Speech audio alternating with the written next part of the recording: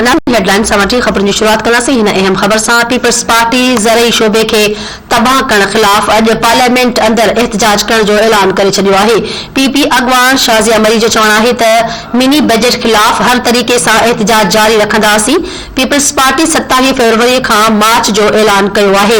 हुन चयो त हिन वक़्तु मुल्क यूरिया भाण जी सख़्त खोट आहे। यूरिया भाण जा भरियल टक फुरिया पिया वञनि। पीपी अॻवान नवीद कमर चयो त हुकूमत कर्ज़ खणी हर शइ ॿाहिरां घुराए रही आहे। संदसि चवणु हो त हारियुनि खे वक़्त ते यूरिया ऐं पाणी न मिली त मईशत ते असर पवंदो।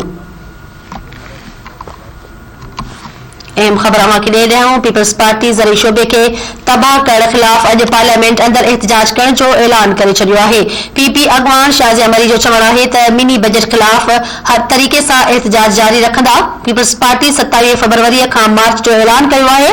हुन चयो त हिन वक़्तु मुल्क में यूरिया भाण जी सख़्त खोट आहे। यूरिया भाण जा भरियल टक फुरिया पिया वञनि। पीपी अॻवान नवीद कमर चयो त सिंध हुकूमत कर्ज़ खणी हर शइ ॿाहिरां घुराए रही आहे।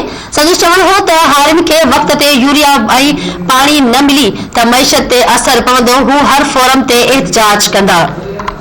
अहम ख़बर अवां खे ॾियूं पिया। पीपल्स पार्टी ज़रई शोबे खे तबाह करण ख़िलाफ़ अॼु पार्लियामेंट अंदरि एहतजाज करण जो ऐलान करे छॾियो आहे। पीपी अॻवान शाज़िया मरी जो चवणु आहे त मिनी बजट ख़िलाफ़ हर तरीक़े सां एहतजाज जारी रखंदा।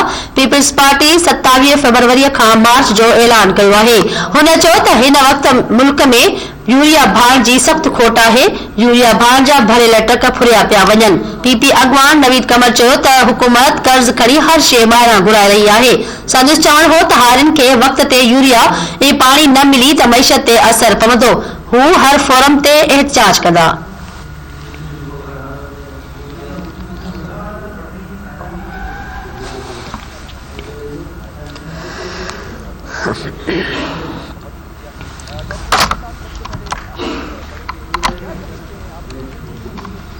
अहम ख़बर अवां खे ॾियूं पिया। पीपल्स पार्टी ज़रई शोबे खे तबाह करण ख़िलाफ़ अॼु पार्लियामेंट अंदरि एहतजाज करण जो ऐलान करे छॾियो आहे।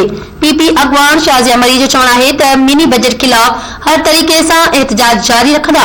पीपल्स पार्टी 27 फरवरी खां मार्च जो ऐलान कयो आहे।